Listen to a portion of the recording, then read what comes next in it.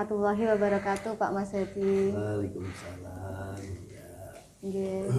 Salam dan bahagia. Mudah. Alhamdulillah, alhamdulillah. Nggih. Alhamdulillah, gimana kabarnya Pak Mas Hedi? Ya, alhamdulillah ini mendingan. Iya. Agak serak-serak sedikit karena flu. Ya. Nggih. Mudah-mudahan selalu sehat, Pak Mas Amin, Hedi. amin, Nggih. amin. Ya.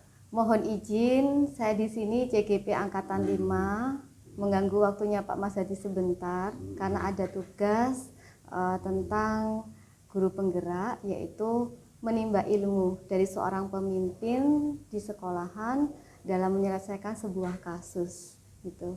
Mohon kesediaannya ya Bapak ya. Ya. Ya, monggo. Nggih.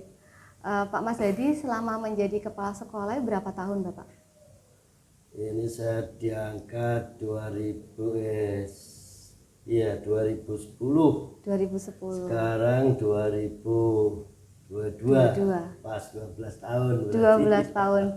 Luar biasa. Alhamdulillah 12 Nggih. tahun. Alhamdulillah, pasti pengalamannya sudah banyak sekali gitu Bapak dalam memimpin sebuah lembaga. Ya. Ya, kemungkinan. Nggih.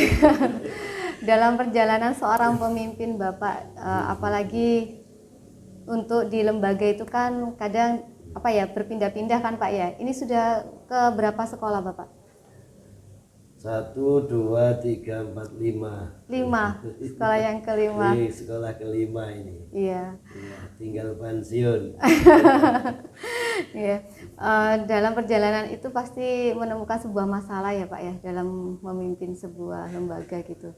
Alhamdulillah semua masalah yang bisa kita atasi. Iya, luar biasa. Kalau boleh Bapak, kami ingin mendengarkan sharing pengalaman dari Bapak ketika menyelesaikan sebuah masalah begitu Pak. Mungkin dari masalah-masalah itu ada salah satu yang bisa diceritakan gitu Bapak. Ya mungkin yang di sekolah sini aja. Iya. Di sini saya baru 1 tahun. Nggih. Masalah yang terlalu tinggi gitu tidak ada. Iya. Masalahnya masalah anak-anak itu misalnya kedisiplinan, masuknya enggak ada yang beberapa yang telat. Iya. Gitu, terus kadang ada ucapan-ucapan dari anak itu muncul kurang bagus atau anak-anak di grup-grup WA yang tidak bagus gitu. Jadi masalah yang tinggi tidak ada. Oh gitu. Nggih. Oke. Di situ muncul sebuah dilema gitu ya Pak ya. Ya. Dimana seharusnya kan anak-anak secara aturan harus tertib kan begitu ya. Gitu. Nggih. Lalu langkah apa yang Bapak ambil dalam menyelesaikan masalah itu? Nah, dulu saya awal-awal di sini, misalnya anak-anak yang telat, anak-anak yang bajunya tidak rapi, anak-anak yang mohon maaf kadang-kadang berkata agak kotor, itu oleh beberapa teman kita itu dihukum dengan hukuman disiplin fisik. Telat gitu dibariskan terus suruh lari keliling lapangan, telat suruh push up. Jadi yang fisik-fisik gitu. Terus anak yang tidak rapi mesti begitu. Nah, saya punya gambaran kalau disuruh fisiknya saja ya memang mungkin itu bisa bagus untuk perkembangan fisik. Betul. Tapi anak yang lemah kadang-kadang jadi trauma. Jadi nanti mungkin juga kalau dia punya sakit apa kita tidak tahu, kita suruh lari keliling lapangan, anaknya pas puasa misalnya nggak kuat jadi jatuh sakit. Nah itu saya rubah. Begitu. Jadi saya awali hukuman itu hendaknya edukatif dan religius. Jadi hukuman yang mendidik, tambah ilmu dan tambah ibadah. Betul ya. Sehingga anak yang telat saya suruh ambil air wudhu, sholat duha. Sholat duha. Iya, jadi setelah wudhu sholat duha. Setelah itu baru disuruh membaca hafalan surat-surat pendek. Jadi hukumannya menghafal surat-surat pendek. Maka di piket sana kita sediakan Al-Quran. Mana yang dia belum hafal kita suruh hafalkan. Iya. Anak yang berkata kotor kita suruh istighfar. Sekian kali begitu istighfar. Jadi dari selalu kita kaitkan dengan bagaimana menambah dia ilmu dan juga menambah ibadah. Oh, luar biasa Pak. Dalam perjalanan langkah-langkah yang Bapak lakukan itu siapa yang mendukung Bapak? Ada pihak-pihak lain yang ikut serta gitu, yang bisa menjalankan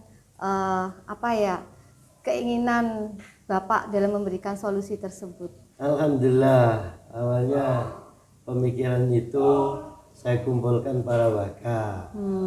Saya kumpulkan para waka, ya kita ingin supaya itu tadi dasarnya hukuman fisik itu tidak menambah anak jadi jera atau mungkin juga tidak lebih baik. Iya. Ayo kita rubah pemikiran kita bahwa menghukum itu juga bisa bermanfaat bagi kita yang menghukum. Kalau hukuman fisik kan belum tentu bermanfaat bagi kita yang menghukum. Kadang anak-anak malah tidak baik sama kita karena kita beri hukuman fisik, tidak baik sama kita. Tapi kalau hukuman itu kita suruh perbuatan yang baik, yang nyuruh pun dapat pahala.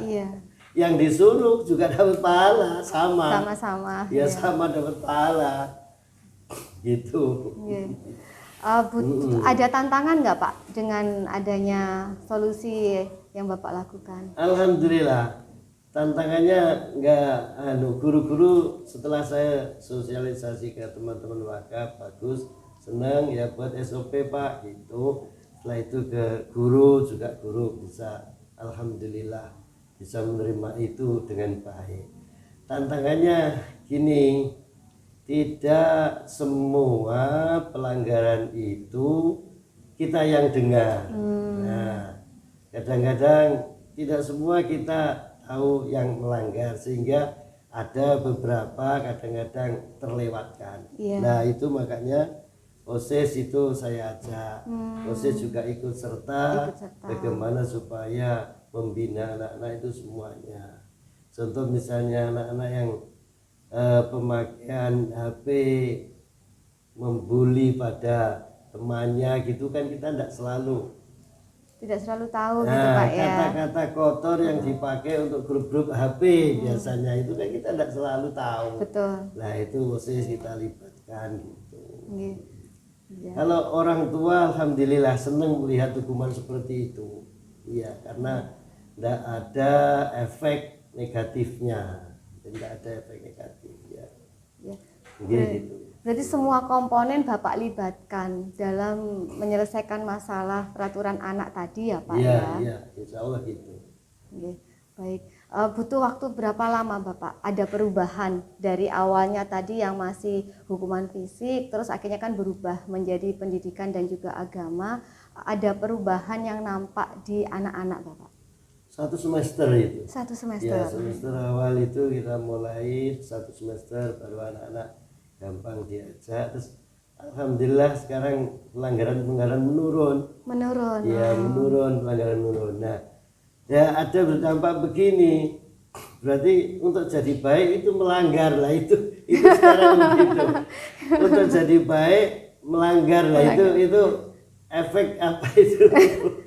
Kan bukan begitu maksudnya. Kita ingin memperbaiki yang kurang. Tapi anak-anak untuk jadi baik berarti melanggar aja, karena melanggar disuruh menghafal, suruh sholat duha. Akhirnya sekarang enggak, untuk anak-anak kelas 12 sholat duha itu bukan pelanggaran. Saat istirahat pertama ayo sholat duha. Oh ya, akhirnya ada lagi option lagi ya Pak ya. Ada option lagi untuk memperbaiki itu. Jadi sholat duha itu bukan karena melanggar, tapi itu ibadah. Kayak kelas 12 itu saya sarankan saya. Ya, terus Bapak, apakah keterlibatan guru BK di sini itu ketika pelanggaran itu melibatkan guru BK ataukah hanya guru piket atau bagaimana gitu Pak? Pertama guru piket, kalau sudah berkali-kali di catatan piket, nah baru kita libatkan guru BK. Ya, kalau pelanggaran yang agak berat, guru BK mendatangkan orang tua. Orang tua. Agak berat itu biasanya di sini anak yang tidak masuk lebih dari 3 kali. Itu melibatkan guru BK. Ya, luar biasa itu Pak, strategi yang bisa menembus dari sisi pendidikan, menyentuh di pendidikannya dan juga menyentuh di sisi religinya begitu. Ya, Pak Mazhadi, ini ketika kita melihat sebuah kasus yang sudah terselesaikan dengan langkah sampai pada ada solusi, nilai-nilai kebaikan, nilai-nilai kebajikan yang Bapak lihat ini apa saja Bapak dari masalah itu tadi? Itu tadi anak-anak ditanamkan etika yang baik pada norma-norma sesuai dengan norma bangsa kita. Terus ditambah norma agama agar lebih meningkat pengamalan religiusnya, pengamalan ibadah keagamaannya yang sesuai yang kita inginkan, profil pelajar Pancasila. Oh iya. Untuk agama yang lain Bapak, apakah semua tercover gitu? Alhamdulillah. Di piket disediakan Alkitab. Jadi kalau gitu. agama lain itu ada Alkitab. Membaca Alkitabnya gitu. Cuma kebetulan yang agama lain sedikit. Jadi masih dan mungkin juga kok alhamdulillah sedikit, jadi tidak banyak pelanggaran yang tidak ada pelanggaran yang dari agama lain itu. Jumlahnya sedikit di sini agama non-Islam. Sebagai pemimpin ketika merasakan itu sudah berhasil gitu Pak Mazhadi, apakah masih ada kontrol yang Bapak lakukan? Masih selalu itu setiap hari kita tetap. Saya setiap pagi tetap di depan dan kita jadikan kebiasaan, kita harus memberi contoh lah.